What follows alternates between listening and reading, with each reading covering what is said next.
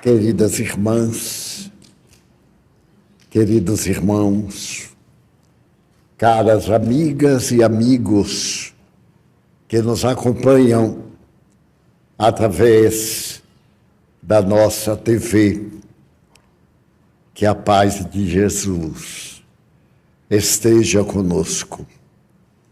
Posso imaginar o que foi a surpresa dos amigos de Lázaro depois que ele ressuscitou.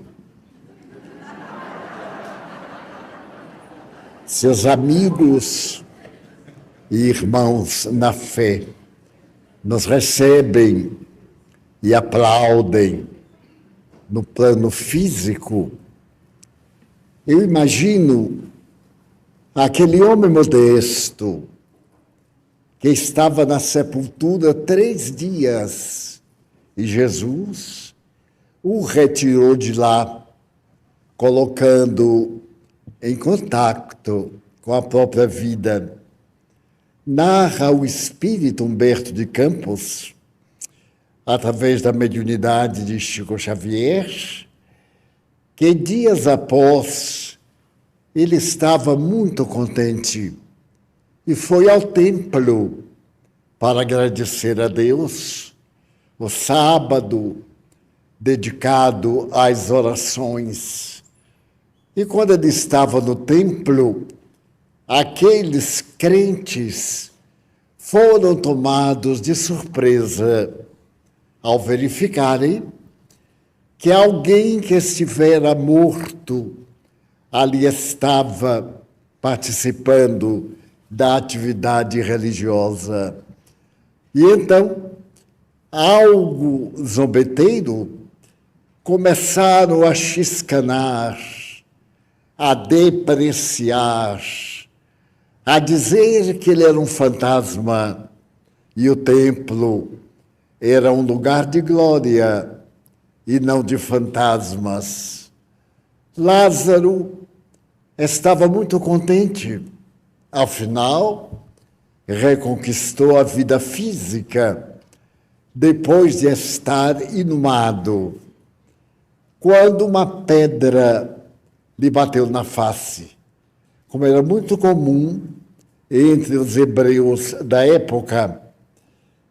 Dessa forma, ele foi tomado de valor e olhou para o grupo e disse com energia: "Olá, cuidado, aquele que me arrancou do túmulo também pode levá-los para lá em definitivo." Então percebeu que todos os aparentes adversários estavam com mágoa de ele haver recuperado a existência física e se afastaram naturalmente. Aquilo que me aconteceu é perfeitamente normal e acontece a todos nós, sem exceção, porque o amor de Deus não tem privilégio. Eu exulto de alegria pela fé religiosa que abraço, o Espiritismo, porque após 2 anos e meses, Deus me permitiu o retorno da saúde numa idade muito avançada, 97, 98 anos. Não é uma brincadeira. Por si só, uma máquina que resiste 90 anos no trabalho, por mais cuidado que se tenha com ela, enferruja, apresenta defeito, e é necessário ser naturalmente reparada, organizada, a fim de poder continuar a sua tarefa. Fazia mais ou menos 2 anos que eu me encontrava doente, mas mantinha a minha saúde emocional, não demonstrava não faltava aos meus compromissos espirituais, que são primazia. E sempre que possível, eu procurava realizar um esforço além das minhas possibilidades para demonstrar que a dor é uma bênção que Deus oferece aos seus eleitos, que para ser feliz e sorrir não é necessário tudo estar bem, conforme os padrões terrenos.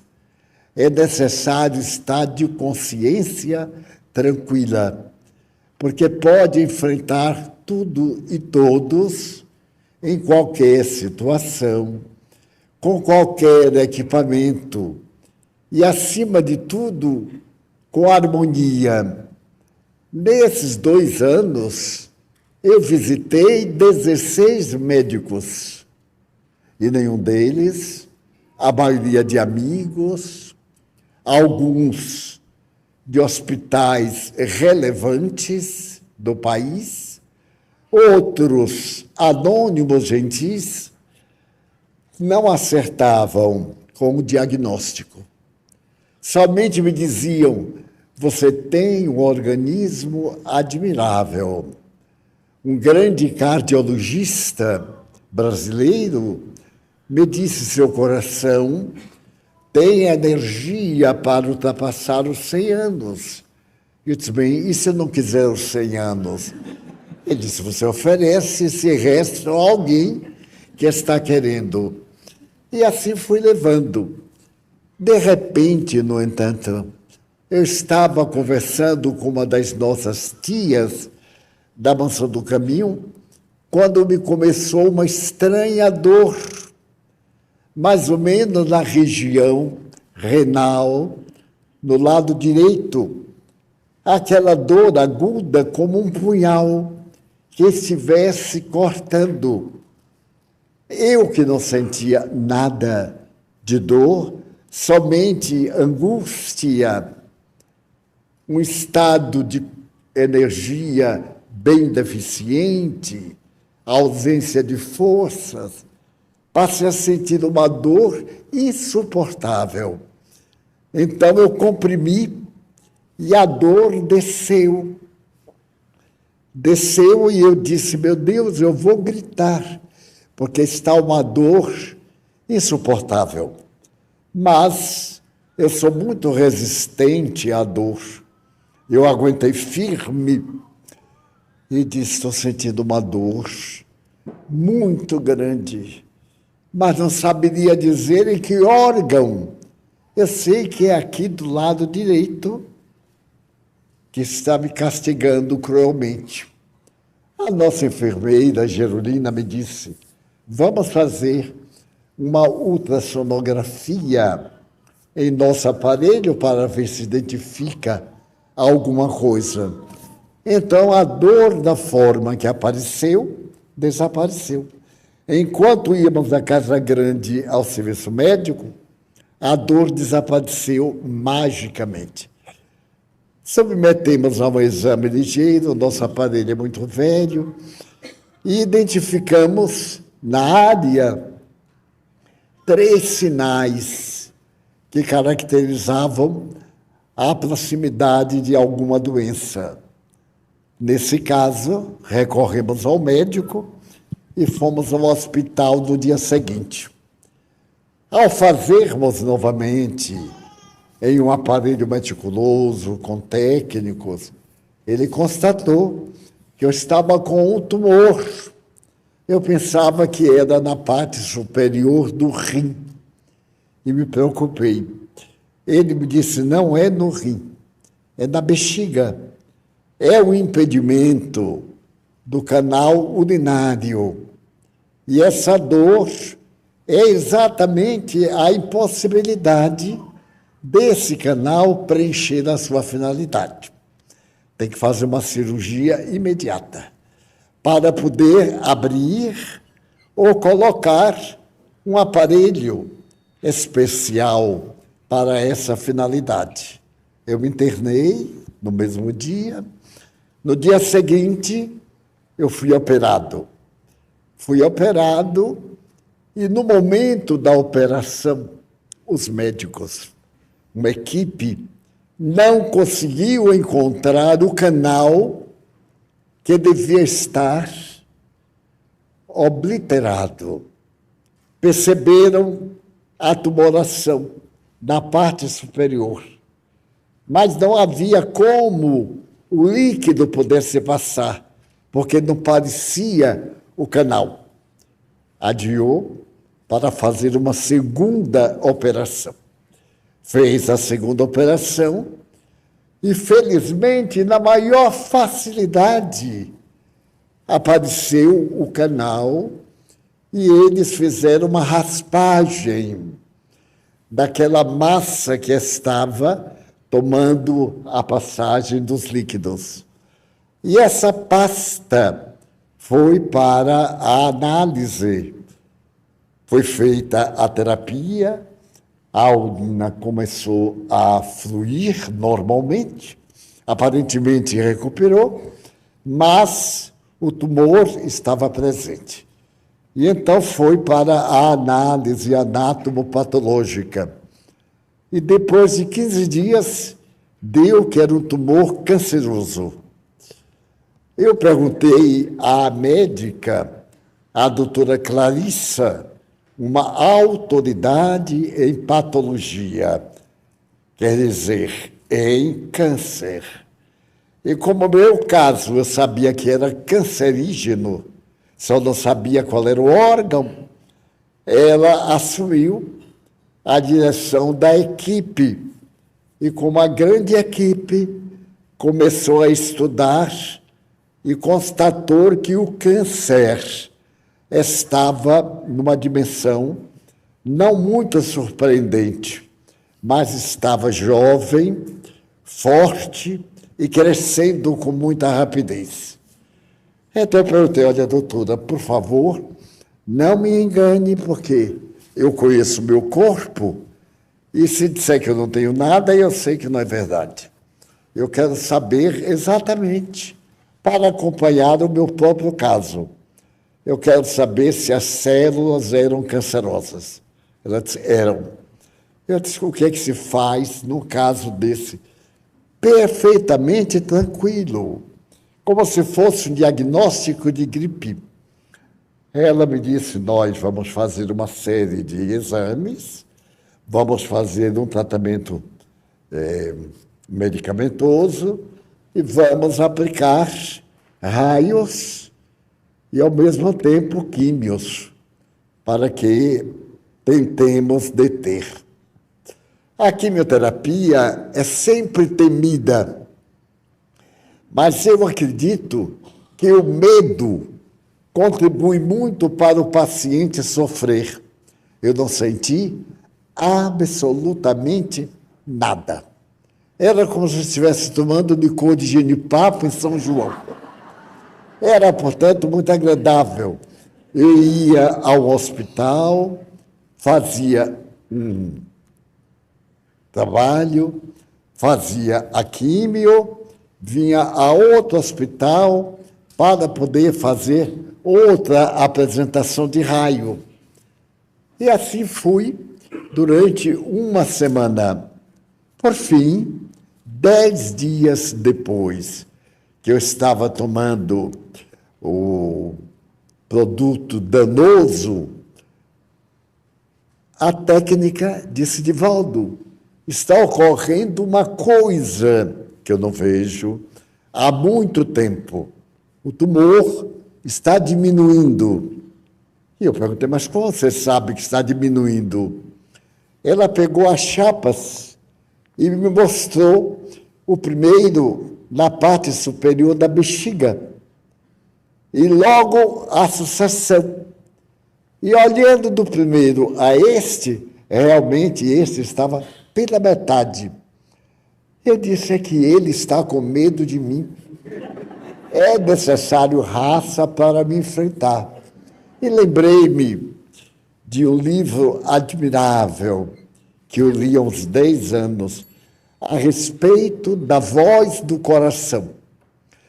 A ciência fala que o coração não tem sentimento.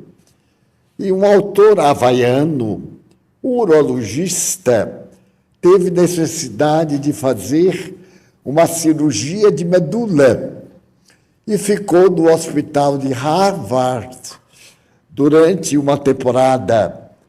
Tinha que ficar num ambiente de penumbra, de silêncio, de absoluta tranquilidade. E ele, então, percebeu que existem duas vozes. A voz da razão. A gente logica, faz o paralelo, examina, e então tem uma conclusão. E aquela voz que se opõe, absolutamente inesperada, uma coisa praticamente absurda, torna-se factível em nosso pensamento. E ele disse que é a voz do coração. Na tradição, isso foi levado para o coração feminino e para o coração materno. Então diz que voz de mãe, praga de mãe, como também bênção, tem um valor muito grande, penetra. E ele ficou atento e percebeu que quando ia fazer a quimio, havia sempre algo que lhe chamava a atenção. Porque todos os pacientes detestavam a máquina que tinha que fazer a terapia. Depois havia uma outra terapia mais difícil e dolorosa. E as pessoas reclamavam, xingavam a máquina. Ele então percebeu que no universo tudo é vida. Não se podem tomar atitudes sem o verdadeiro respaldo. Ele então tomou a atitude de amar a máquina. Então ele dizia: minha vida está nas suas mãos. Aquele monstro de máquina que era responsável por fazer-lhe vários tipos de aplicações, estava sempre em ordem nos dias que ele ia fazer a terapia. No entanto, a maioria dos pacientes ou estava a máquina quebrada, houve uma dificuldade com o terapeuta. A verdade é que isso chamou a atenção da área hospitalar. O que é que ele fazia? Que a máquina estava sempre bem. E como é que ele conseguia melhorar, sendo homem de idade avançada, cujos fatores eram todos negativos à saúde? A verdade é que ele ficou bom. E escreveu uma obra técnica a respeito da voz do coração. Em síntese, não duvide da força do bem. Existe no universo, é a sua tese, uma força que se caracteriza pelo bem. Se você se apoia a essa força do bem, você não está impedido de sofrer, mas sofrerá melhor do que aqueles que não estão preparados. E dessa forma nasceu a nova teoria de a voz do coração. Como eu sempre tive a voz do coração muito pronunciada, porque é uma voz que vai contra a teoria da razão. Quando me tornei espírita, parecia-me um absurdo que os mortos que eu vi dissolver-se e serem levados à campa pudessem voltar. E então eu via que eles voltavam, que eles dialogavam comigo, inclusive. Então, como era lógico isto? A ciência me dizia que morreu, acabou, diluiu-se. E, no entanto, eles vinham, traziam notícias, afirmavam coisas que eu não sabia, mandavam mensagens aos seus familiares. Era uma coisa que eu tinha que acreditar sem provas. Então, as minhas provas eram a voz do coração. Porque eu acreditava em Deus. Nunca perdi a ternura infinita por Deus. E dizendo melhor, por Jesus Cristo. Porque Deus é inumano, inconcebível. Mas Jesus Cristo havia sido ser material como eu. Havia lutado, havia enfrentado dificuldades, havia vencido traições, havia superado situações difíceis. Então eu me tornei seu amigo. Mesmo que ele não me pudesse conhecer, não era importante. Era importante que eu o conhecesse e seguisse as suas lições. Então, a minha voz do coração era muito forte. E assim eu apliquei no meu câncer a técnica do médico havaiano. Eu não digo o nome dele porque não sei pronunciar, é um nome muito difícil. Mas o livro é A Voz do Coração, a quem interessar. Então, eu comecei a olhar aquele tumor, que eu tive a oportunidade de ver o esboço na fotografia, na chapa, que ele fosse autoconsumido. Não aplicava nele o ódio, aplicava uma ação positiva. Da mesma forma que os glóbulos brancos lutam pela sobrevivência do paciente com as suas próprias armas, os leucócitos dispõem de equipamentos para vencer dificuldades.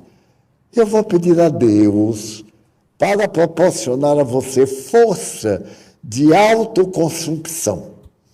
E, para minha surpresa, no dia seguinte, ele estava menor. E 2 dias depois, desapareceu completamente. A área, como numa fotografia, apareceu perfeitamente livre de qualquer tumoração, de qualquer deformidade ou de qualquer problema na área. Porém, ficou a problemática da saúde do aparelho, que havia sido a consequência do câncer. Então, a minha médica disse que eu necessitava de fazer um longuíssimo tratamento e que, ao mesmo tempo, me fortalecer, alimentar-me bem. O doutor Café, esse jovem idealista, com a sua equipe terapêutica alimentar, teve a gentileza. Ele é simpático ao espiritismo e toda a sua família. Há mais de 50 anos, os familiares são espíritas, seus pais, que desencarnaram, todos seus irmãos, todos médicos. 3 médicos, uma médica. E ele, então, criou uma teoria alimentar. Os alimentos positivos. Aqueles que auxiliam e aqueles que não auxiliam. Então, a doutora que colabora com ele me disse: você pode se alimentar do que quiser. Eu achei uma maravilha. Não pode haver nada mais agradável. Porém, o apetite desapareceu. Não pode haver nada mais paradoxal. Morrendo a fome e sem apetite para comer. Nada, nenhum alimento. A mansão do caminho se enfloresceu. O presidente se preocupou com a alimentação específica. E eu só ouvi os cochichos. Comprou isto, comprou aquilo, comprou pimenta do reino, comprou sal, comprou não sei o quê, e tem uma cozinheira especial. E eu fiquei esperando o que era de especial. Era carneiro, carne de charque, essas coisinhas leves, né? Feijoada. E então vinham também para mim. E outra alternativa, eu conseguia o mínimo, o que me permitiu emagrecer 5 quilos. Se vocês não notaram, é falta de caridade. Porque eu estou adorando ter ficado magro. E agora ela me diz, coma. E eu digo, se eu comer, eu engordo. Se eu não comer, eu morro. São 2 alternativas. Então eu faço assim, eu como metade, e a metade, digo, mantenha a magreza. Não pode ver nada melhor do que velhinho sapeca, né? Um velhote sapeca, imagine, um velhote que o ventre puxa para frente, é horrível, que coloca a cintura cá embaixo nas pernas, então o cinturão, ao invés de ligar, faz um V na frente, e aquela melancia sai como apresentação global. Tudo bem. Então, eu me dei conta que a minha mente, vinculada ao bem, poderia contribuir para a minha melhora. Então, perguntei à mentora Joana de Ângeles. O mais que me felicita é que eu não perguntei a ela nem uma vez se ia ou não morrer. Eu tinha uma vontade louca, mas não perguntava. Se ela não dizia, eu não perguntava. Foram passando os dias e, de repente, ela me disse, o senhor recebeu uma nova moratória. Eu disse, não.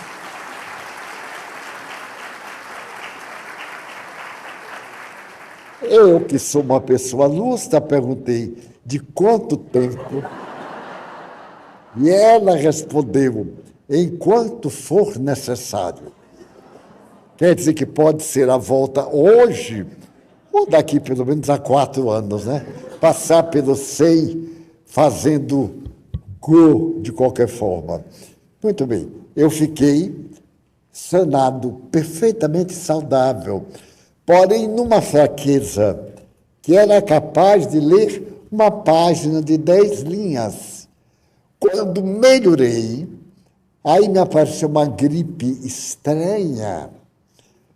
O aparelho fônico perfeito. Vários médicos examinaram, não tinha inflamação, não tinha nada. E eu fiquei com a voz impossível. Eu mesmo estranhava aquela taboca soando diferente. Disse, mas de quem é esta voz? Deve ser algum obsessor incorporado. E que na terra foi um fanhoso. E aguentei. Fiz a terapia que a médica recomendou e melhorei. Estou em fase, naturalmente, de processo curativo. Ainda não estou curado porque estou muito debilitado. É natural. Foram 2 meses de silêncio e de solidão. Eu fiquei deitado, sem receber visitas, porque a recomendação era economizar as energias para poder ter força de enfrentar o câncer. O câncer é a lei funcionando.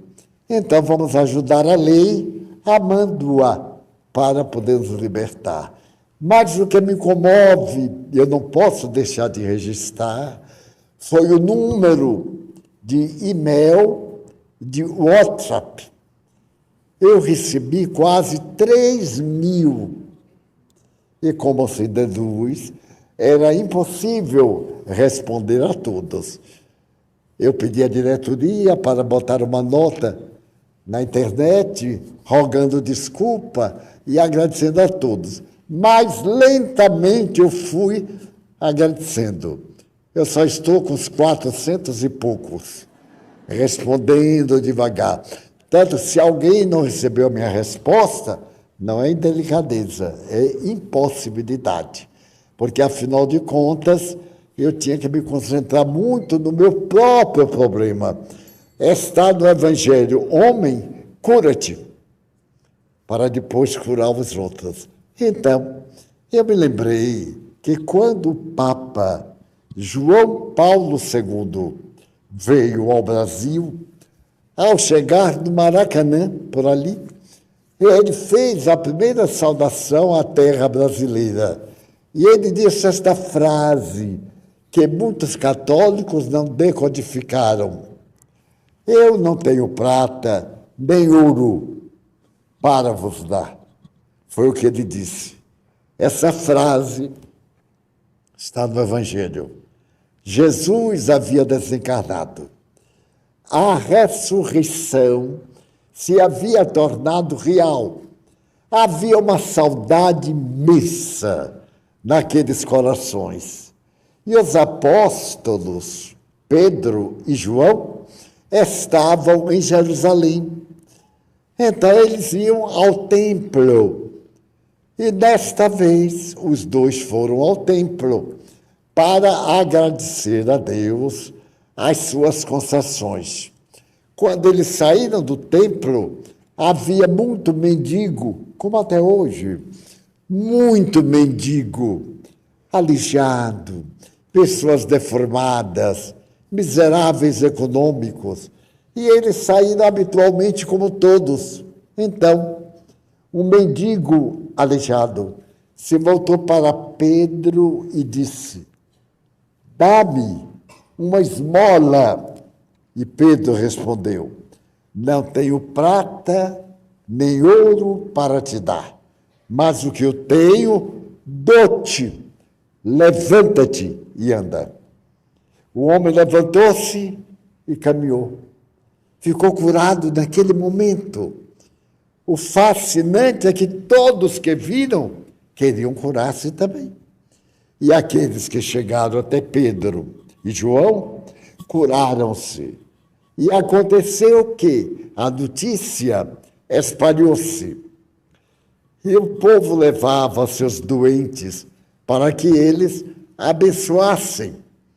Daí, eu, naquele momento de reflexão profunda, no silêncio do quarto, e não é muito agradável, este silêncio solitário, sem ler, para não desviar do pensamento, sem fazer exclusivamente nada.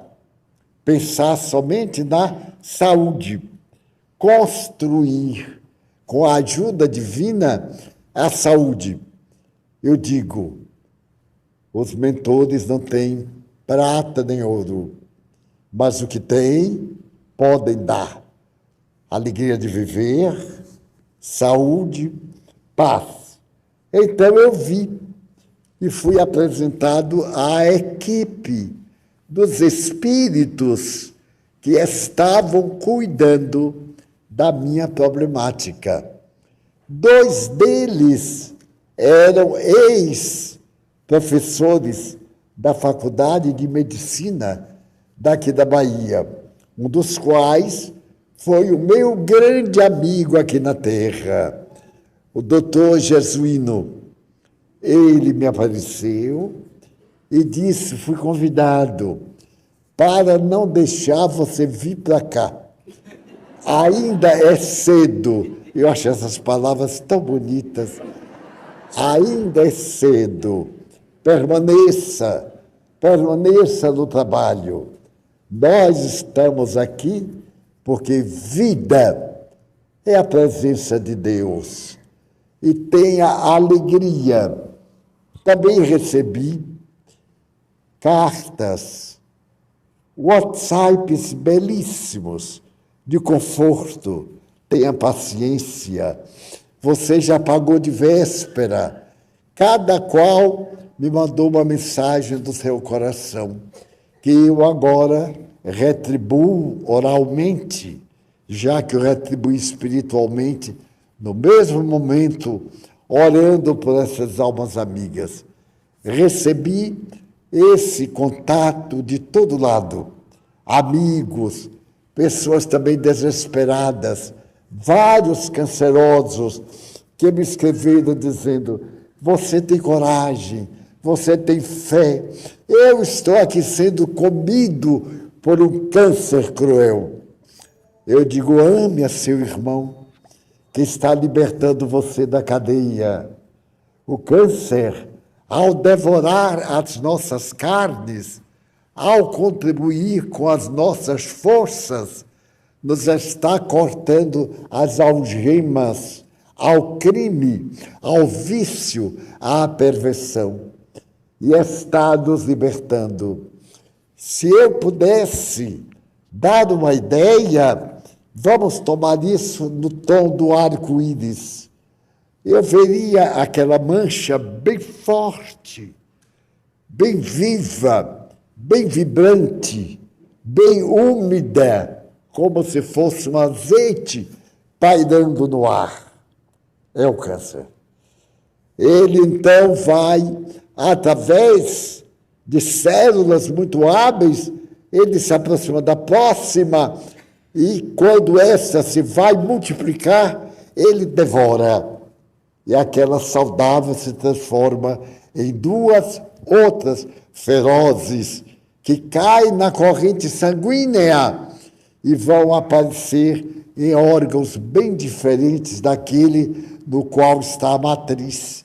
A matriz pode estar no pé e a pessoa ter uma ferida no cérebro, ter um tumor em qualquer órgão interno, e o fator básico está bem distante daquele local. Então, o que fazer? Aplicar o autopasse. Se nós temos o dom de curar, pedi e dá-se-vos-á. Buscai e achareis. Então, nós que podemos curar os outros, é claro que podemos curar-nos a nós outros mesmos.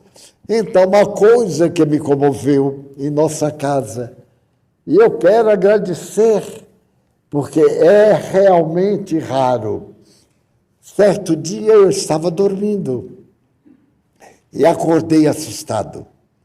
E vi duas pessoas ao lado da minha cama aplicando-me passes, 2 residentes aplicando-me passes. Sem me dizer nada, aqueles 2 corações amigos, desde a hora que eu caí doente até ontem, sem cessar, toda madrugada, toda noite, me aplicam passe, me dão energia. Essa energia que nós distribuímos aqui em nossas reuniões de quinta e sábado, uma energia mais específica, mais direta, porque é vis a vis. Eu fiquei tão comovido da gentileza, e até agora as pessoas não me disseram nada. Mas como eu já vi ontem mesmo, ao me virar, eu vi em espírito, eu estava fora do corpo e vi me aplicando passe longitudinal. Fiquei profundamente comovido, porque das mãos do passista saía peregrina luz.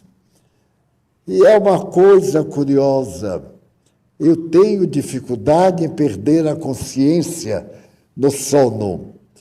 Pois bem, eu tenho um confrade que toda vez que me aplica o passe, eu nunca o vi terminar o passe.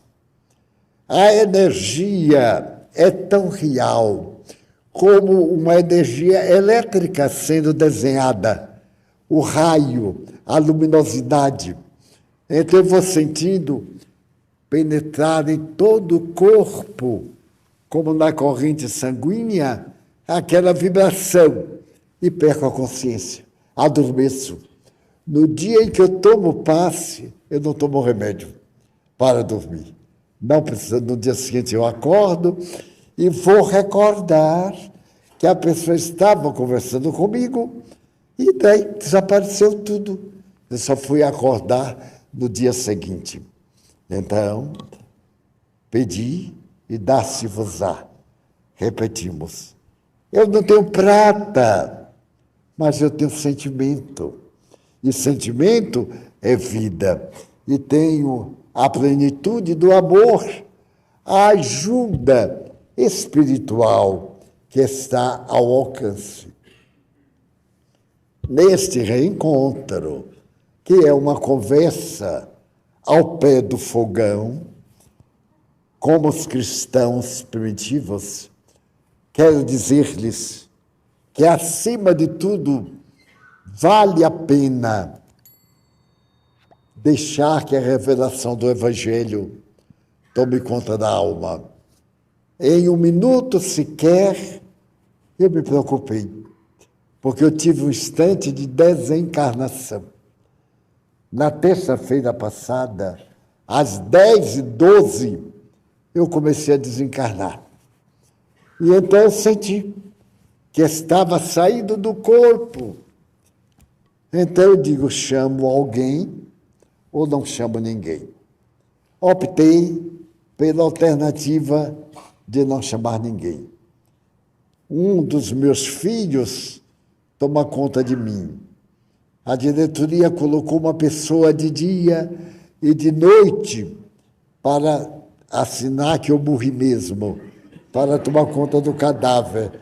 E o velhote é duro, parece um nó de cana, cada vez está mais forte. Tem hora que dá conselho ao que toma conta. Mas então, sou muito grato a essas pessoas, aos filhos adotivos que foram elegidos por nosso Mário para tomarem conta, porque permanecem ali, olhando próximo, esperando o último suspiro. Eu disse, mas não vai assistir o último, não quero nada de último suspiro. Vai assistir um suspiro. E então eu comecei a ter a sensação de morte. Fascinante. Porque eu comecei a ver os espíritos que desencarnaram e que foram meus amigos há 80 anos. Não lembrava mais. Então apareceu fulano, apareceu Beltrano, apareceu um deles que não foi tão íntimo, mas foi amigo na adolescência, e me disse assim, Divaldo, você ainda está na Terra, pois eu estou desencarnado há 60 anos. Eu disse, nossa, é um castigo, não teve o direito de voltar. Ele disse que não, ainda está por lá. E então, ele me contou algo muito interessante. Ele me contou que certo homem era médium, e era um médium com excelente faculdade. Tinha clareaudiência, clarividência, psicofonia, incorporação, mas tinha um caráter bastante malévolo, mentia por demais.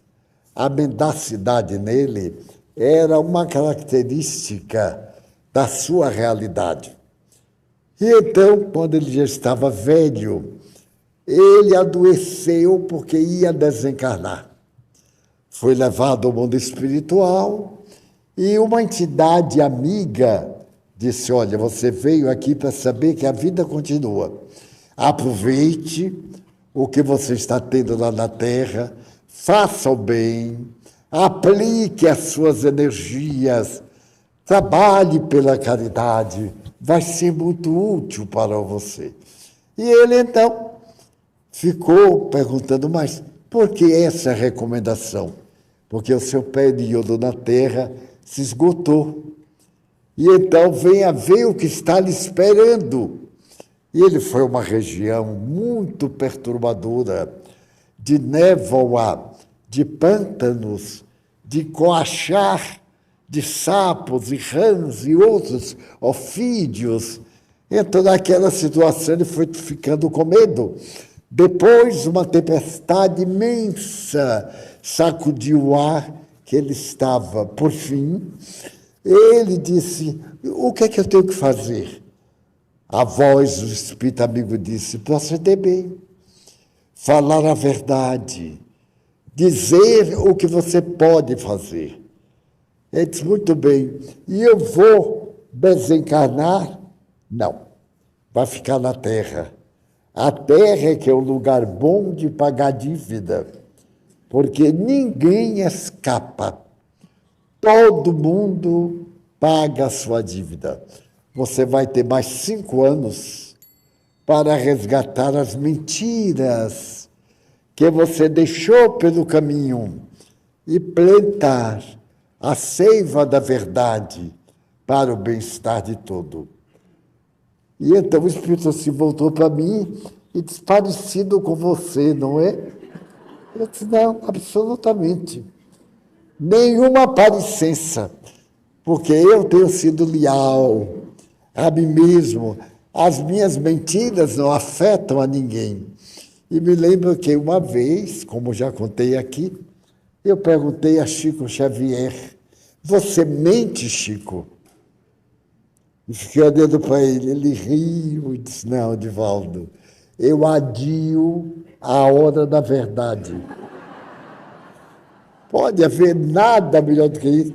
Às vezes eu tenho adiado, e aí eu boto uma florzinha para cá, boto um vaso para lá, algo agradável aqui. Mas mentir assim conscientemente, vou ficar aqui 1000 anos, mas não ter para pagar. Então, quero dizer, das bênçãos da fé religiosa, quanto ela é boa, do pensamento bom. Se nós estamos magoados com alguém, e é normal que estejamos, deixemos para lá. A mágoa é como câncer. Ela se devore e desapareça. Nos deixe em paz. Em nossa volta de hoje, em nosso reencontro de amigo e de irmãos, cada um faça de conta que a oportunidade foi sua e que a moratória é sua. Aproveitar essa moratória de maneira prodigiosa para o seu desenvolvimento intelecto moral, para a sua felicidade. E pedir a Deus que nos permita continuar em nossa casa. Fascinou-me, porque Joana me disse, o resto das forças você vai buscar em nosso templo, em nosso santuário, em nossos irmãos. Vai mergulhar no fluido cósmico e vai aurir desse fluido, para poder ter força de cada dia estar com melhor disposição. Então, o Centro Espírita é um hospital. Não esqueçamos. Nós temos um compromisso com os guias. Eles necessitam de nossa energia para ajudar a outros. Precisam de nós para nos inspirar o bem. Participar das reuniões é uma forma de, em nome de Deus, estarmos unidos na fé, trabalhando pelo nosso bem-estar. Vamos orar.